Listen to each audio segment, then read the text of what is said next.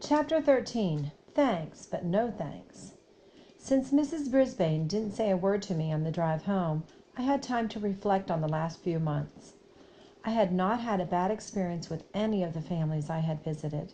In fact, they had all been gracious and welcoming, except Miranda's dog Clem, but I knew how to handle him. In return, I'd lent them a helping paw here and there. After all, you can learn a lot about yourself by getting to know other species. I was overdue for trouble, and I was likely to get it at Brisbane's House of Horrors. That's how I pictured her home, decorated with skeletons and bats and eerie jack-o'-lanterns all year long. I was shivering at the picture I had in mind when Mrs. Brisbane actually spoke. "Humphrey, I need you like I need a hole in the head," she complained. "The same to you," I squeaked back rudely, knowing she wouldn't understand. "I don't know what Bert's going to say about you, but whatever it is, it won't be pleasant. Nothing he says is lately," she continued. "Bert? Who's Bert?" Then I realized it must be her husband, the one who's sick. Well, I was certainly not looking forward to meeting him based on what I'd just heard.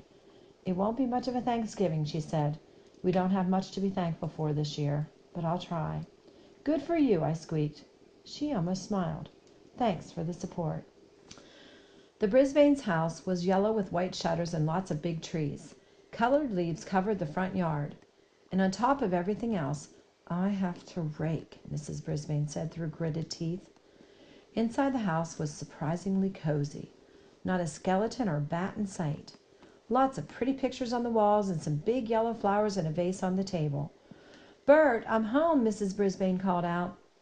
A few seconds later, an old man rolled into the room in a wheelchair. His gray hair was uncombed and stuck out in places it shouldn't. His chin was covered with gray stubble, and he wore very wrinkled tan pajamas.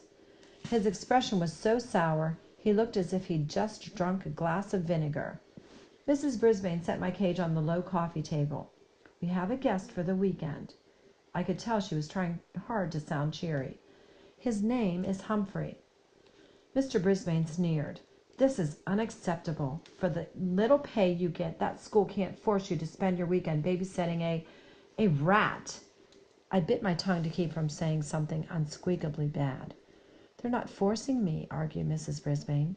"It's just that no one else could do it. Let's not make a mountain out of a molehill." Pardon me, but I resented being called a molehill almost as much as I did being called a rat. Mrs. Brisbane quickly changed the subject. "I thought you were going to get dressed today." "Why should I? I'm not going to see anybody," Bert Brisbane growled, "except you and the rat." Mrs. Brisbane got up and walked out of the room without saying another word. Boy, nobody in room 26 could get away with talking to Mrs. Brisbane like that. I wished I could send her husband to Principal Morales' office right now. Everything was real quiet around the house for a while. Mrs. Brisbane changed her clothes to jeans and moved my cage onto a card table in the corner of the living room. Then she sat down and read The Guide to the Care and Feeding of Hamsters and the chart my classmates kept on me. "Looks like your friends have been taking good care of you," she said. "Very, very, very good," I squeaked. She fed me and gave me clean water, and then she and Mr. Brisbane ate dinner in some other room while they watched TV. They went to bed early. I'll bet they didn't say 2 words to each other. Even Miss Mac talked more at home than they did, and she lived alone. The next morning, Mrs. Brisbane was up very early, and soon the house was smelling yummy. I thought maybe I would like this Thanksgiving thing after all, at least the good smelling and eating part. What I didn't like about Thanksgiving was Mr. Brisbane.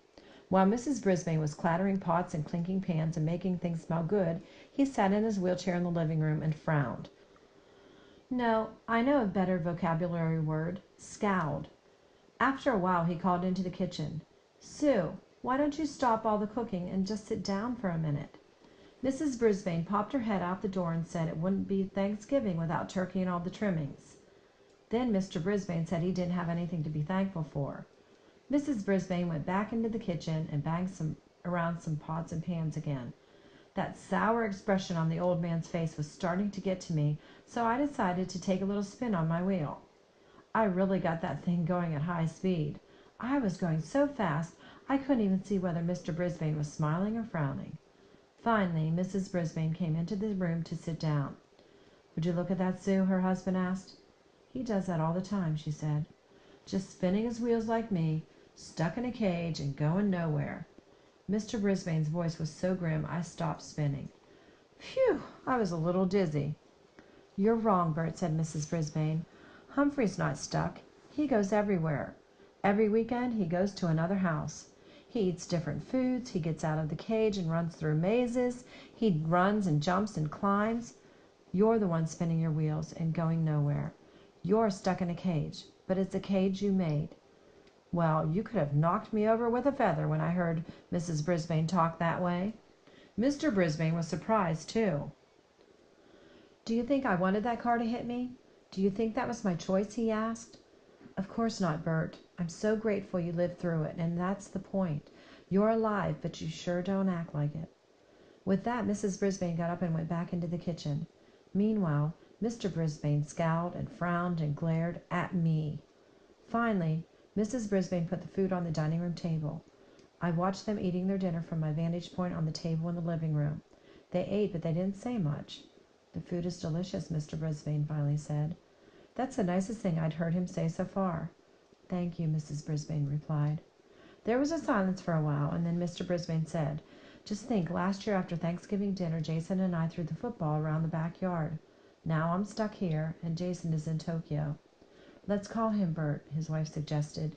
It's too early there, he said. We'll have to call later. Football, Jason, Tokyo. You can learn a lot if you stop spinning and start listening. I listened later that night when they called Jason, who turned out to be their grown-up son who was working in Tokyo, which is far, far, far away, even farther than Brazil, according to the maps in room 26. Boy, there were more Mrs. Brisbane than I'd ever dreamed. One was mean to me, one was nice to students. One was a wife, another was a mother. One was a cook, one wore dark pantsuits, the other wore jeans. But which one was the real Mrs. Brisbane? That night, as they headed out of the living room and toward the bedroom, I heard Mrs. Brisbane, the wife, say, I know you think I'm being hard on you, Bert, but it really is time for you to think about what you're going to do with the rest of your life. Mr. Brisbane didn't answer. Tip 13. Remember, hamsters are very, very curious. Guide to the Care and Feeding of Hamsters, Dr. Harvey H. Hammer.